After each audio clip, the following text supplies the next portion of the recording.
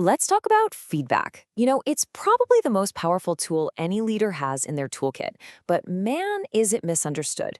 When you get it right, your team just flies. But when you get it wrong, well, it can shut down trust, kill creativity, and just make everything worse. So today, we're going to build a blueprint based on actual science for getting it right every single time. And here's the big puzzle, right? We all know, instinctively, that feedback is the key to getting better. It's how we grow. And yet, how many times have you seen it just completely backfire? It triggers defensiveness, people get disengaged. It honestly feels like walking through a minefield sometimes. So the real question is, how do we navigate this thing safely and actually make it work? Well, we are going to solve this paradox today. We're going to do it with a framework built on 4 really powerful pillars, and each one comes from some pretty groundbreaking research. I promise, by the end of this, you're going to have a clear blueprint for building a culture where feedback is the fuel for growth, not the thing that stalls the engine. So let's get into our first pillar. Okay, pillar number 1. This comes from a fascinating study back in 2012 by Finkelstein and Fishback, and it uncovers a fundamental truth that honestly changes everything about how we should think about feedback. It turns out the right kind of feedback depends entirely on who is on the receiving end. So here's what the researchers found, and it's a huge distinction. Novices, people who are new to a skill or a role, their biggest need is commitment. They need to feel like they're on the right track so they stick with it.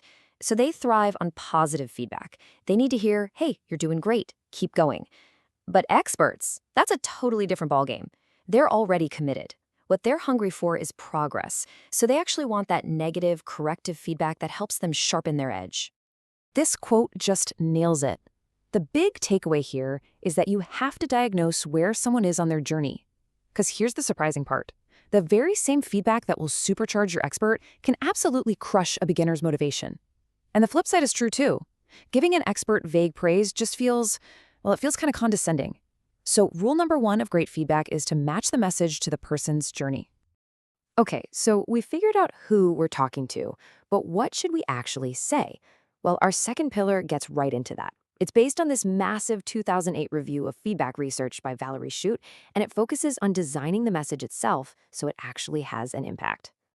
So Shute introduces this really critical idea called formative feedback. Now, the easiest way to think about this is it's not a grade, it's not a judgment.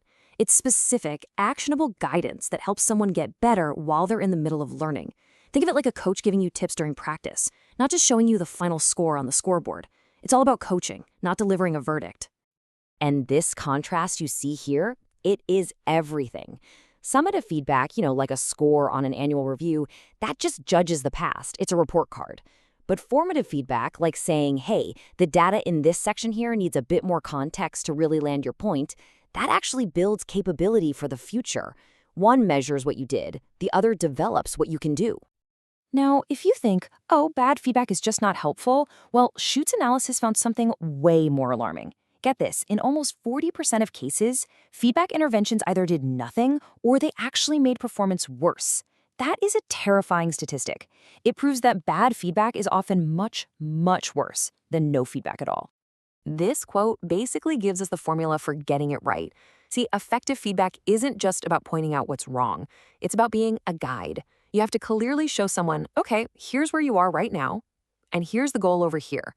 Now, here is a concrete, specific step you can take right now to start closing that gap. All right, so we know who to talk to and how to craft the message, but what if the conversation never even happens? Pillar number 3, this one's from research by Klitsch and Feldman, and it completely flips the script. It focuses on the psychology of seeking feedback in the first place. So what they found is that 2 really deep-seated human needs drive our behavior here. You have people with a high need for achievement. They see feedback as a tool to get better, so they go looking for it. But then you have people with a high need for approval. They see feedback as a social risk, so they'll do anything to avoid a conversation that might make them look bad. And we weigh these needs against what the researchers call feedback-seeking costs. We're all doing this mental math all the time, usually without even realizing it. We're asking ourselves, will asking for help make me feel dumb? Will it make my boss think I'm not up to the job? Is it even worth the time and energy? As a leader, your job is to make those costs as low as possible. And this right here is the heart of it. People will only, and I mean only, ask for the tough feedback they need to grow when it is psychologically safe for them to do so. So your job as a leader isn't just about giving great feedback, it's about creating an environment where people aren't terrified to ask for it. Safety has to come before growth. So we've covered the receiver, the message, and the whole environment.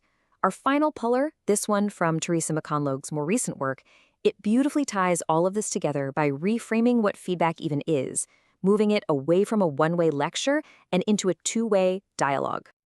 This central idea from McConlogue is a total game changer. Think about it.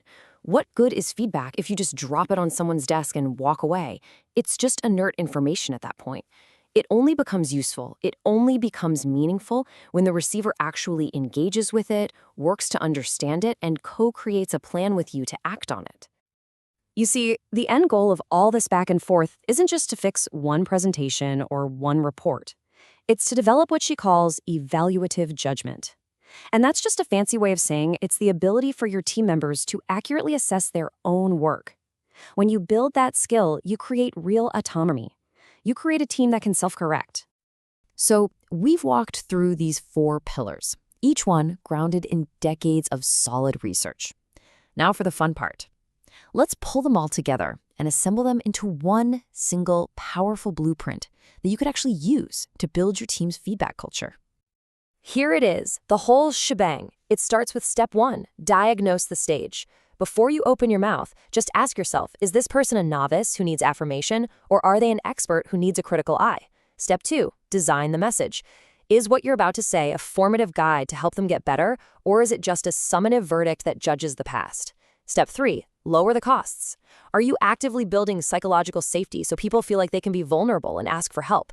And finally, step 4, make it a dialogue. You have to turn feedback from this scary one-time event into a normal, continuous, shared conversation about how we all get better together.